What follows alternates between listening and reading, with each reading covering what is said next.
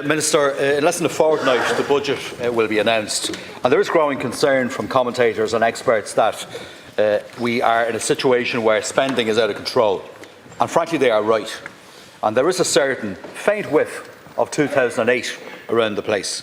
The Budgetary Oversight Committee has heard warnings from the ESRI, IFAC and the Central Bank, and indeed me, that you can't keep spending, cutting taxes and expecting good outcomes.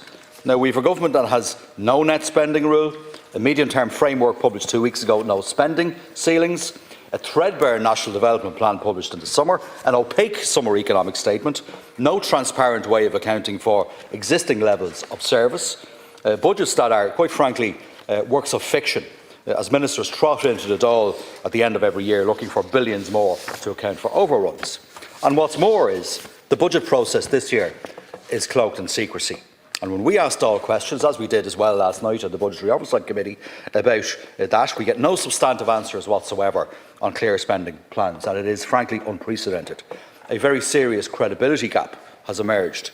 Now, the summer economic statement is predicated on a €2 billion increase in capital spending next year, from €17.1 billion to €19.1 billion next year. But as you will know, the capital ceiling at present is about €15.8 billion. As per the August Exchequer returns. Now, that leaves a further €1.3 billion in capital spending that has to be spent before the end of the year. Now, a revised estimate from the Department of Housing tabled last night included around €600 million in extra spending, but we have absolutely no detail whatsoever where that money is going. No updated departmental vote group ceilings have been published, and that is not good enough. Now, this morning, the SRI warns about overheating. Corporation tax is this government's new stamp duty, and it's being used to fund more spending, with no tax rises on wealth, on assets, to pay for it. Now, these windfall taxes is to this government what stamp duty was to Charlie McCreevy and Brian Cowan. And rather than broaden the tax base to make it ready for the future, it looks like they'll keep hollowing it out. And the door is wide open for a massive VAT cut for hospitality, with yesterday's National Competitiveness and Productivity Council report showing that there's been a net expansion in the number of firms in the sector, as well as in employment and earnings in recent years. We've had no evidence from government on the need for a VAT cut. The case, in truth, is thin. There is little evidence supporting the case. So instead of widening the tax base, this government is now proceeding to do the opposite, to hollow it out, despite all the warnings. So, Minister, why is this budget process cloaked in secrecy? Why don't we have real budget transparency? Will you publish the existing levels of service figures for 2026 and clarify what exactly is available for new current spending next year? And what actual evidence does this government have to support the case for a VAT cut for the hospitality sector? And will you ensure that Budget 2026 broadens the tax base rather than hollows it out? Thank you very much, Deputy Nash, for raising this matter. When I was preparing for leaders' questions here today, part of me did think that it was unlikely that we were going to get a question here today about the government spending too much money. And I'm really glad that you raised it, because it gives me an opportunity to respond back to the really important issues that you've raised. Firstly, in relation to the sustainability of our public finances and where we are.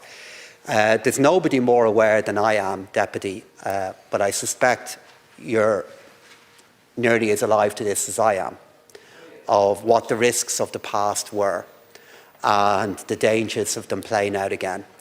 And it's a matter that I am aware of every single day in the individual decisions that I make and their accumulation. What I would say to the charges that are made regarding the level of risk that is present in our public spending plans at the moment is firstly to emphasise the point regarding the scale of budget surplus that we are now running. Secondly, to note that by the end of this year, €16 billion will be set aside in the Future Ireland Fund and the Climate Nature Restoration Fund. That figure will rise to €22 billion by next year, and that is the aim that Minister Chambers and I have with regard to deposits in those funds. Thirdly, to note that when I began my work as Minister for Public Expenditure, debt as a share of national income was in excess of 120%. Today, it is just slightly above 60%. It's halved. So that's the work that I've done. And I've devoted much of my life over the last decade to the case of running budget surpluses. I have to say, with not a whole lot of support in this House for doing it. But I've done that in anticipation of those risks.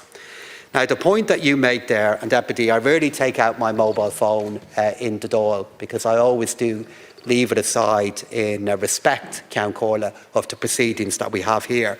But I went onto the Labour Party website as you were making your points there. And here today on your website, you're calling for more spending with regard to equal early years programmes. You're calling for more spending with regard to public transport. You're calling for more spending with regard to housing.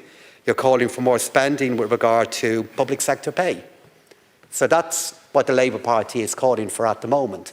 And I accept the legitimacy of the cases that you are making with regard to many of them. But I would point out that for those who advocate care in relation to general public spending, they're always very eager to make the case for specific public spending proposals, sometimes of great value. And while I don't believe you make that mistake, you're surrounded by many who do, Deputy Nash. The government will be bringing forward a budget that will be posting another large budget surplus, and we will shortly after that be outlining the plans that we have to look at what we will do in the years ahead to moderate in particular current public spending and to get it to a more sustainable level of increases, of which I have no doubt when we do that, it will be vigorously opposed by many. Deputy Nash. Thanks very much for your response, Minister, which is interesting from a number of perspectives. The Labour Party always makes the case for additional public spending, whether that's to meet the needs of demographic changes, existing levels of service, and we do that transparently, especially when we're looking at the new investments that we need to make our economy work and to make our society fairer. And we are always honest that we simply cannot pay for the new services we require without looking at where we can raise revenue to pay for those services. And that is the problem, I think, that this government and its successor has had. It seems allergic to, for example, dusting down the Commission on Taxation and Welfare's report and identifying ways in which we can raise revenue in a sustainable way to support the childcare services we need, to eradicate child poverty, to build the homes we need, and do that in a sustainable fashion. So will the Minister commit in this budget, accepting that, yes, this House, everybody, regardless of their political persuasion, accepts that there is a need to increase public spending and target that properly? Will you accept that there is a need to broaden the tax base and that it is an unwarranted, it is unjustifiable, for example, to hollow out the tax base by granting a VAT cut to the hospitality sector that's untargeted and that will, for example, disproportionately benefit those with very healthy bottom lines, such as McDonald's and other services like that. Minister. So, Deputy Nash, you know I have the height of respect for you and the points that you raise. You are correct in saying that the Labour Party is a rare exception on the opposition benches in being willing to support at times sensible policies to broaden the tax base. You asked me what my questions are in relation to broadening the tax base. I'll talk about what we have already done and what we will yet do, the changes that we have with regard to PRSI to ensure that our pension plans in the future are better funded, the changes that we have made to carbon taxation, which again, in fairness to you, you have supported, to find better ways of funding the spending we need to make with regard to climate change, the changes that we have made in revaluing and extending the tax base with regard to local property tax, which again, in fairness to the Labour Party, you have supported. And on your point on narrowing the tax base, I'm keenly aware of that, which is why the tax package that we bring forward next for Budget 2026 cannot and should not exceed €1.5 billion. That €1.5 billion is roughly approximate to the income that will be generated through our tax code by our economy growing. And it's my strong view that is the parameters within which tax changes should be made. I really welcome the opportunity for a debate on these matters, such as the broad economic policy of our country. But I would make the point that the budget surpluses that we are running, where they are going at the moment, is a very strong response back from this government to ensure resilience and safety in our public finances. Thank you. Deputy Paul.